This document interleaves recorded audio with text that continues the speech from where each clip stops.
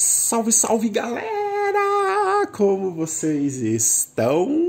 Então, hoje a gente vai testar um outro jogo e fazer review.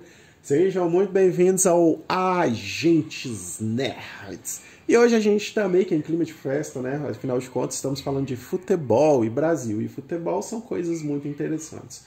Mas, para falar desse futebol, vamos brincar com Mario Strikers. Cara, esse jogo estava sendo muito esperado pela comunidade. O primeiro jogo foi lançado no GameCube. Aí logo em seguida, alguns anos depois, veio o segundo game lá no Nintendo Wii. Então a gente passou pelo Nintendo Wii U e agora no Nintendo Switch em 2022. O Nintendo Switch lançou lá em 2017, mano. É que a gente tá tendo uma versão de Mario Strikers. Mas então, será que ficou bom? Será que não? Vamos bater esse papo.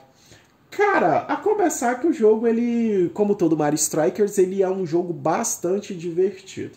A gente tem o modo Quick Battle, nós temos o modo Cup, que seriam as copas. Então dentro dele a gente tem algumas copas que podem ser jogadas e até 4 jogadores.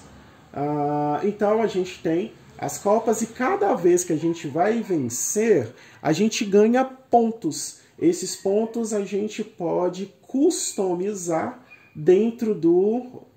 Ops, voltei demais.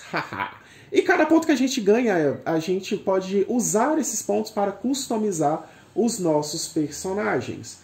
Então é uma coisa nova, bastante interessante. E logo de cara, nessa telinha, a gente já vai para um dos pontos negativos desse jogo. Ele conta com apenas 1, 2, 3, 4, 5, 6, 7, 8, 9, 10 personagens. Mano, 10 personagens, pelo amor de Deus. 10 personagens em uma franquia que tem inúmeros personagens.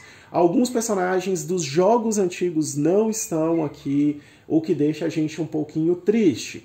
Por que triste? Porque a gente sabe que esses personagens virão em forma de DLC. Saudade de quando o jogo saía completo e os personagens novos a gente habilitava simplesmente zerando o jogo ou comprando dentro de uma loja dentro do jogo usando moedas do próprio jogo e não dinheiro de verdade. Então, voltando para a customização, a gente escolhe um determinado personagem e aqueles pontos que a gente ganha jogando nas copas ou jogando no modo single player, a gente vai gastar customizando esse personagem. Para quem gosta de RPG, é legal porque a gente vai procurar o máximo possível balancear os personagens para que eles possam ficar o melhor possível dentro das copas, né? E assim, para quem joga o modo online ou para quem vai disputar os campeonatos que virão desse jogo, sim, terão campeonatos desse jogo, vai ser uma coisa divertidíssima. E aqui a gente vai para mais um ponto negativo do jogo. Nós temos o Quick Battle, onde a gente vai brincar aí, a gente pode jogar online, ou com outro Nintendo Switch do lado, ou simplesmente jogar contra o próprio computador. Aqui que está o problema, porque para quem joga online, para quem joga no modo single player, é apenas isso. Não tem mais nada. O jogo não tem um modo história, o jogo não tem um modo em que eu possa aproveitar mais, simplesmente pelo fato de eu ter o jogo ou de eu não ter um amigo para poder jogar. Isso é um problema porque ele acaba forçando a gente a depender do modo online. E caso você seja uma pessoa que tem uma internet ruim ou qualquer coisa do tipo, isso pode prejudicar e muito a sua jogatina. E até mesmo na escolha das roupas, como vocês podem ver, são poucas as roupas que a gente pode selecionar. Para quem gosta de customizar, isso é um problema. E mais um outro problema do jogo para mim, que ainda está dentro dessa limitação do jogo, é que ele possui poucos cenários. Ah, mas novos cenários virão, novos personagens virão, talvez novas roupas virão. Sim, virão em atualizações. Isso é um problema, porque, poxa, custava vir um jogo completo, sabe? Tipo... É como o Coelho do Japão fala no vídeo dele, a gente não consegue dividir a nossa compra na eShop. Então por que ficar lançando o jogo às prestações? Isso não é só para a Nintendo, isso vale para a Sony e também vale para a Microsoft. Essa coisa de ficar lançando o jogo, depois ficar lançando DLC de personagem, DLC de roupa, DLC de cenário. Cara, por que não lança tudo de uma vez?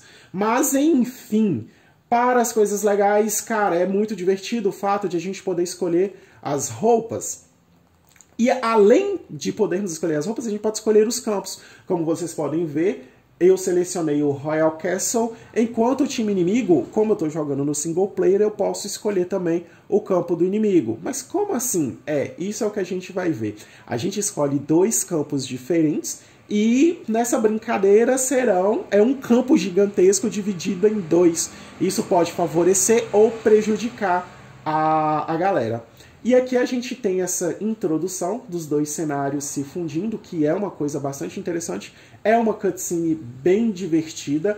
Para quem conhece Mario Strikers, já sabe o quão divertido isso pode ser. E aqui entra um outro ponto que eu não curto tanto. A arquibancada ela é formada sempre dos mesmos personagens. Para mim faltou ter mais personagens da própria franquia Nintendo. Mas as cutscenes dos personagens chegando é bastante divertida. Sendo assim, a tela ela vai se dividir e aí a gente começa. A gameplay do jogo é bastante tranquila para quem já conhece a franquia. A gente tem os botões de tocar, chutar, fazer toques no ar ou até mesmo atacar os oponentes. Sim, Mario Strikers tem ataques de oponentes. Como vocês podem ver, a gente pode fazer o que a gente bem quiser. Ah, Ludinei, isso me lembra muito FIFA Street. Sim, ele lembra bastante FIFA Street. A gente só consegue chutar para o gol quando a gente está no time e no campo adversário.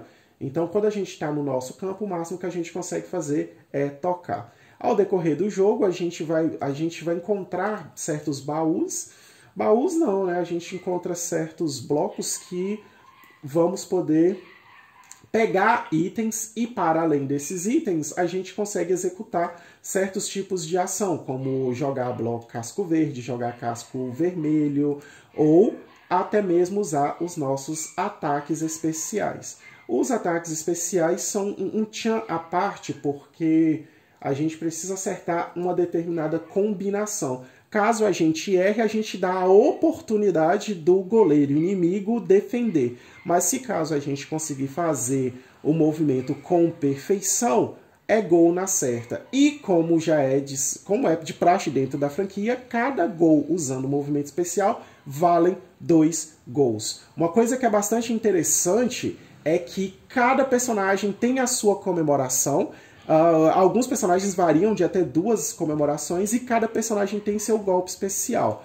Uma coisa que pode encher um pouco o saco de outros jogadores é o fato de a gente não poder pular a gente não consegue pular o movimento especial. E isso pode encher um pouco o saco de algumas pessoas. Mas, do contrário, se a gente... à medida que o tempo for passando, assim como a Nintendo fez com Smash Bros, que vai acrescentando novos personagens de forma gratuita e etc e tal, a gente pode esperar que esse jogo, hoje, um jogo bom, ele merece aí facilmente uma nota 8.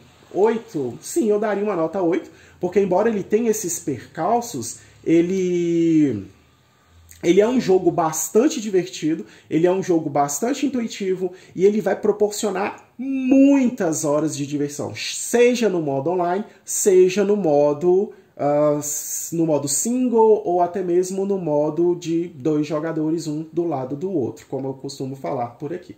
Então é isso, espero que vocês tenham gostado da review do Mario Strikers. Sim, é um jogo que vale bastante a pena. E no futuro ele vai valer ainda mais a pena de se ter. Vejo vocês no próximo vídeo. Que a força esteja com vocês. Até mais!